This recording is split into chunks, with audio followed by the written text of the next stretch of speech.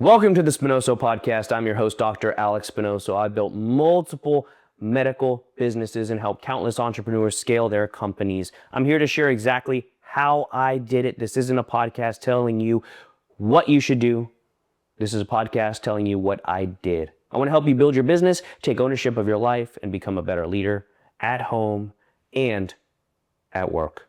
All right, dads, DILFs, buddies, let's do it. Let's talk about dad swagger. Not the fake it till you make it kind. I'm talking about the kind of presence that says, mess with them and you'll meet me. And that's not just a vibe, that's science. In studies, criminals were asked how they chose their victims. What did they say? More often than not, they didn't go for the richest, they didn't go for the flashiest, they went for the ones who looked unsure, distracted, or weak. In the famous Grayson and Stein study, muggers picked victims just by watching how they walked. Every time they chose the people who slouched, avoided eye contact, looked lost. Confidence and posture, in that case, was protection. That's what researchers call target hardening. And a father walking tall with his kids, you don't have to be tall, trust me, I'm not. But if you're making eye contact, situationally aware, that's a hard target. That makes you hard to kill.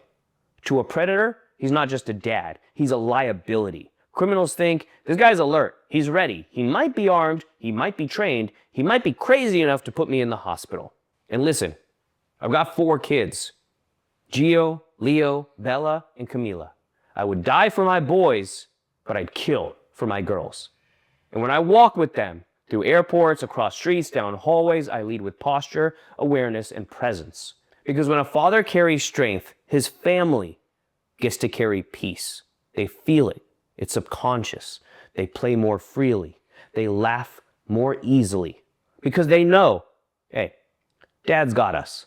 Now take that and apply it to business. You lead a company, a team, a family. They're watching you the same way predators do. And what you signal changes their world. That's why even when you don't feel confident, you carry yourself like you are. Not to lie, but to lead. Because as a leader, your demeanor determines the emotional climate. You don't fake strength. You practice it. You embody it. You walk in it. Even when you're tired, even when you're uncertain. Why? Because like psychologist Paul Ekman showed, nonverbal cues are powerful. They're read instantly. They change how people treat you, how people follow you, how people respect you. I'm not saying there's never a place for honesty nor vulnerability. There is, but only when it empowers the people who look up to you. Think about John Paul Jones, father of the U.S. Navy. In the middle of battle, outgunned, sinking, he asked if he's ready to surrender. He said, "Sir, I have not yet begun to fight." That's not delusion, that's defiance with purpose. And you know what? That's leadership. And that energy, that attitude, it rallies people to rise up.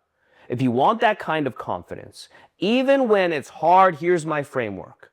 First, have a clear conscience.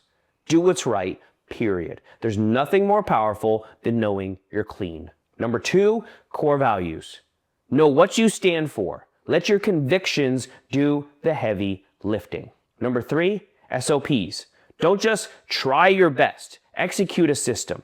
Confidence is built through clarity and repetition. So yeah, I sound like a broken record, but I'll keep saying it. If you're a dad, a CEO, a man leading others, your posture, your presence, your pace, they speak louder than your words.